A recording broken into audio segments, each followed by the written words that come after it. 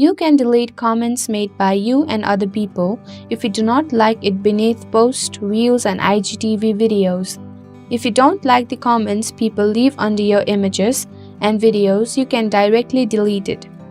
Hello everyone, welcome back to Online Help Guide. Today in this video, I am going to show you how to delete comment on Instagram. So watch this video till the end. Open your Instagram app on your device. Go to your profile by clicking the bottom right icon. Select the post from which you want to delete comment. Tap on the comment icon.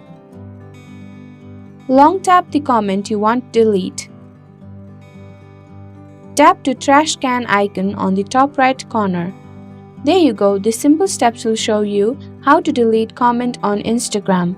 Thank you for watching Online Help Guide.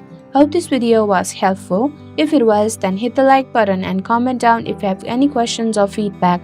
Also, if you are new to our channel, subscribe and hit the bell icon so that you don't miss our upcoming videos.